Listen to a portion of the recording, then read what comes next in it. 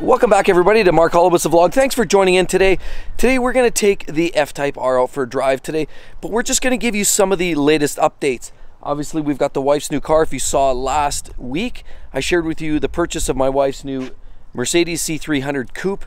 She's loving it so far. So I just wanted to kind of express that, how that first week has been. It's been great. The car's been flawless. I know it's only a week, but we've been using it every day and there's been no problems. So something has evolved with the F Type this week. I want to share that with you and just talk about the season. I mean, as you start to see now, we've got leaves on the ground. You see trees letting the leaves drop, and of course it's that time of year. I mean, look at the leaves on the trees. Unfortunately, it's that time to consider whether I take my F Type to winter and right through the winter time or not. A lot of you guys, I know you like to just drive these in the summertime, park them in the winter. My full intention was to have this car see a little bit of every day of the year. I mean, that's the point of it for me. I wanted to make it a daily driver, and if I can drive it in the winter, I certainly plan to, but I want to talk a little bit about that. So let's just get in the car and go for a ride, everyone.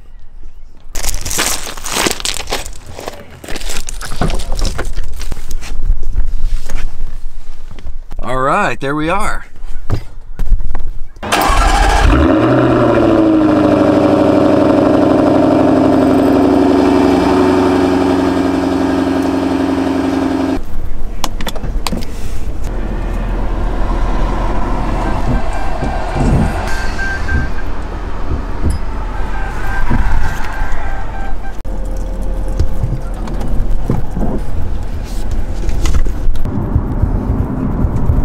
So first we'll talk about the new Benz. You know, after driving it around for a week, the wife's just fallen in love with it. I mean, we knew the first time we saw it, she kind of had to have that, but it's also growing on us. There's lots of little charms, and we're learning a lot of the ins and outs about driving the Mercedes. But I would say this, and it was a bit of an observation that the wife said, that we took the F Type out today. We went for a long drive. Me and the wifey went for a dinner lunch on White Ave here in Edmonton. We stopped at Boston Pizza there on White.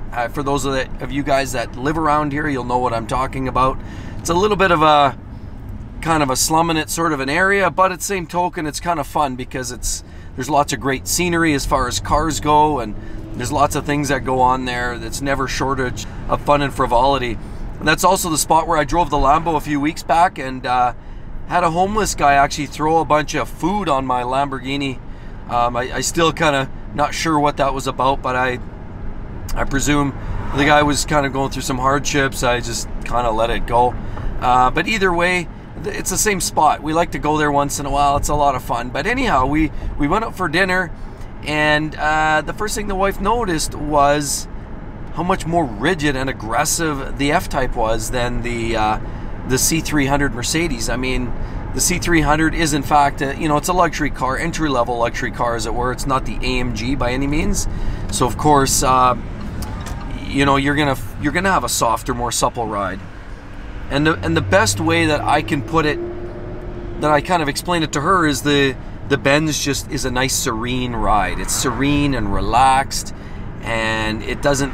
You feel really chill and just cruise along in that thing. No stress, no issues, no concerns, and the car is just very, very nice to cruise in. It's a nice cruiser, and that's what I find, because when I get out of, you know, the Lamborghini, I feel on edge and, you know, agitated and anxious, and you know, it's just those supercars do that. They give you the kind of the shakes a little bit.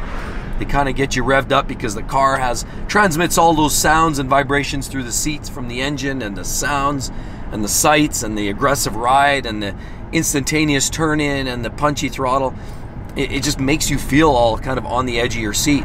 And so is the F Type here. And so, you know, getting into the F Type after Greta was driving around in the C300 all week, she noticed that, yeah, it was quite a substantial difference in ride. I mean, she's been in the Jag a lot, but after sort of, you know, being away from it for a little bit and then spending some time in a much softer riding car, it became a lot more obvious how aggressive the F Type really is. And that's the exact thing that I love about these cars. They are just aggressive. You don't need to dial in a whole lot of electronic nannies. I mean, BMW's big on that. They have all these different settings. You can dial in 100 different settings and adjustments to dial into your specific nature and what you're looking for. But the Jag has very little of that. I mean, sure, you can switch over your transmission controller, you can dial it over to the sports setting, and you can go dynamic for the sounds, but really there's not a whole lot of customizable features, and that's okay because that keeps it simple, and I like it like that. It's basically always pretty much aggressive. The only thing you can really dial back on this is the sound effects, which of course in stock format it's quiet. In comfort mode it's pretty relaxed, but as soon as you get on the throttle you quickly know what kind of aggressive cat this really is. So anyhow, I just wanted to give you an update there. I did want to comment too. Now, I've been driving the Jag every day pretty much. In recent videos I've talked about it being a very reliable car, and you know, to be honest, it has been. It's been very, very good. But I do want to make note of a couple of things that I've experienced recently.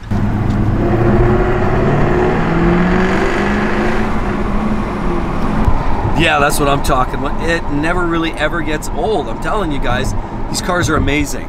But back to that, a couple of things that I've noticed recently, one of which was when I used the remote start once recently, the car started and everything was fine, but my stereo didn't work. Like, the car set off, I pressed the brake when I got into the car and set off, and everything came back on, like all the lights. And those of you who know that you have the Jags, you'll know what I'm talking about.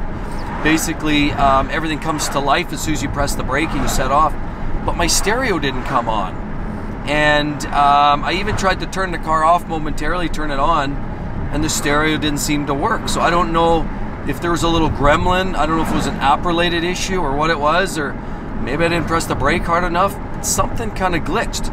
So anyway, I turned the car off, walked out, locked the car again with the remote fob, unlocked it, got in, started manually, and the stereo worked again. So I don't know what that was all about. It was a little bit of a hiccup. So that's one thing I noticed. I'll let you guys know if that gets any worse or if something's changed with that. But again, that's sort of your British sports car effect, I suppose, kicking in a little bit. There was another thing too that popped up this week, and I've noticed there's some interesting sounds coming out of the brake pedal. So I was driving around and doing a bunch of slow stop and go kind of stuff. I was in a bunch of traffic and I had to, you know, pulse the brake in and out a bunch of times, and then set off and then pulse the brake. And I noticed all of a sudden there was a little bit of a kind of a squishy sound or a crunchy sound a little bit in the brake pedal. Not extreme, not like something was broken or something let go. The brakes are still working fine. There's no codes. Everything's fine that way. What I would say is it sounds a lot like I've had problems like this before with other cars. My old 911 had an issue where the pedal box, it has bushings in it. There's a common shaft that runs through all the pedals, goes through the clutch, the brake, and maybe the throttle too, I can't remember. But there's a common shaft, and then there's bushings that sort of allow it to turn regularly and not drag. Well, it turned out with my 911, I know there was bushing related issues with that, and eventually I just rebuilt the pedal box, put new bushings, and it was good again. So I'm assuming it's related to bushings. Now, the car's only got 53,000 kilometers, or probably about 31,000 miles on it. It's not particularly high miles, but who knows? I mean, I guess we'll see, and I'll let you guys know how that evolves too. I did actually book the car in. I went down today, drove down to the dealership, and actually where I bought the car, and I had a conversation with the service writers. So I have a plan to take the car in soon. I've got an appointment coming up in the next couple of weeks, and I'll let you know how that goes and what they say and what they end up finding or what have you. But again, as I say, no real issues other than there's a little bit of a crunchy sound in the brake pedal. And yeah, it has nothing to do with the brakes themselves. There's no squealing in the brakes. There's no no other odd noises, and actually, like I said, the brakes work fine. So we'll let you know. I think it's just pedal bushings. But other than that, those are a couple little gremlins I've experienced in recent weeks, and I just thought I'd share that with you. Because obviously, hey, latest updates. Other than that, now I've had the car again, for over 6 months. And I would say outside of that, it has been absolutely flawless. I mean, it's never missed a beat. Starts every time, doesn't make weird noises, doesn't give me any weird codes or anomalies. I've been very, very happy with the F Type so far. For those of you guys that are considering buying one, I mean, I can't think of a better car. I really can't. Like, I looked at the car, I walked away from it when I went into the dealership, and as I walked away from the car, I looked back at it, and I couldn't help but admire again. It was an affirmation to me that I made the right choice. The car is absolutely stunning. And I saw a white one there at the dealership, and actually they had a brand new white one with a red interior, but the new old stock, so it was the old generation, and I think it looked way better than the black new version that they had sitting right next to it. I'm not gonna lie, that white on red coupe looked absolutely stunning. So I mean, I looked at that and I couldn't help but think, yeah, I made the right choice. So the F Type R, I'm still loving every minute of it. But that brings us to the next conversation, and that's all about driving these cars in the wintertime. I mean, they're all great in the summertime. I mean, there's a lot of great choices for cars if you want to buy a summer toy. I mean, a Z06 Corvette would be a good choice, or a ZR1. Lots of great options out there. You know, I have Mustangs, you know, the GT Shelby cars are other cars that are high on my list. I mean, you can get into M3, M4 BMWs. Audis with the all-wheel drive system make a little more sense. But again, you know, for me, it had to fit the 4 seasons. But before we get talking about that, here, take a listen to the pedal situation. Oh, what's this?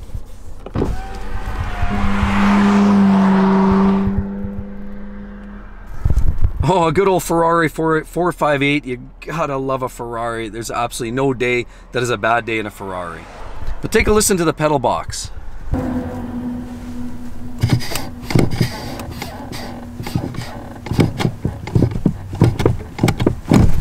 You see, so there's definitely a sound of crunchiness in there for sure, and it wasn't there, you know, say 6 months ago. So yeah, there's something brewing, but I'm definitely gonna have the dealer look at it. But anyway, let's talk about the seasonal driving. So I was originally planning on driving the car all year round, summer, spring, fall, and even winter time. I was believing I was actually gonna pick up another set of wheels and winter tires and everything. But, you know, the question is, do I even bother? I mean, but as time went on and on, I see how nice these cars are, and I, you know, it's a struggle to drive these cars, and consider that sometimes the ruin that cars can experience here in Canada when you throw down all that salt and all that sand and all that nastiness that goes up in the roads, and then all that stuff gets sprayed up in the fender wells, and you get all that salt just chewing away at the chassis and the fenders. Now, the fortunate part is these cars are mostly aluminum, and you know, aluminum doesn't corrode like steel does typically, and so the whole corrosion part isn't as much a concern, but there's still all the chips and the rocks and all that kind of stuff. Now, what do you got to do to protect yourself for wintertime driving? Well, number one, the first thing I did was I put Expel, and as you saw last week on Ben's, on my wife's car, we put Expel on everything. We put it on the front of the bumpers, and that's what I ended up doing on the Jag. And you saw in previous videos, I've put Expel all over. We've got it on the bumpers, the half hood, fenders, mirrors, A-pillars, rockers. I put it almost everywhere. So I've essentially set the car up for winter driving. And so that begs the question, do I drive in the wintertime? The only really limitation in my mind is the traction of the tires. And now I've looked at possibly picking up a decent set of, you know, aftermarket wheels, or maybe another set of Jag tires and put some winter skins on it. Certainly looked at that. I may consider, I've been watching out Kijiji, possibly looking at maybe buying a new set of wheels. We'll see. Regardless, there's no way in heck I ever want to put winter tires on these rims with the carbon fiber bits, because I've got the carbon blades on these wheels, and I think it would just destroy those with the gravel and the grit and all that crap. So I don't want to do that. I think that's a given for me. The question is, do I buy another full set of rims and tires? And I think that's something I'm going to be watching out for. Now, yeah, these cars are all-wheel drive. They're easy. These cars are not too far removed from an F-Pace or an E-Pace in terms of the drivetrain. I mean, they're all-wheel drive. You put the right skins under them, and there's no reason you can't drive these things in the wintertime. You put the Expel on, you get good rubber.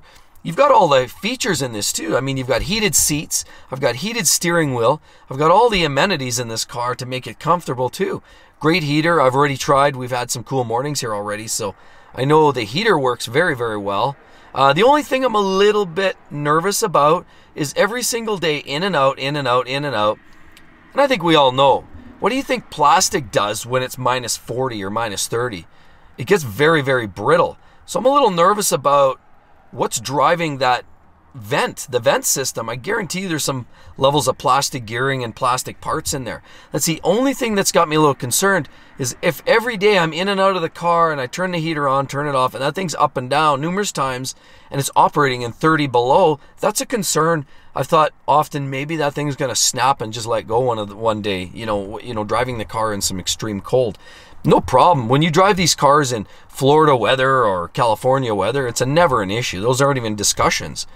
But we don't live in those conditions. Do you realize where I live in Edmonton, Alberta, we had a quick look on a map, and it's funny because people talk about northern Siberia. You're going to go off and they're going to send you to northern Siberia. You know, they talk about sending criminals off to northern Siberia because it's a barren wasteland, frozen barren wasteland. Well, guess what, guys?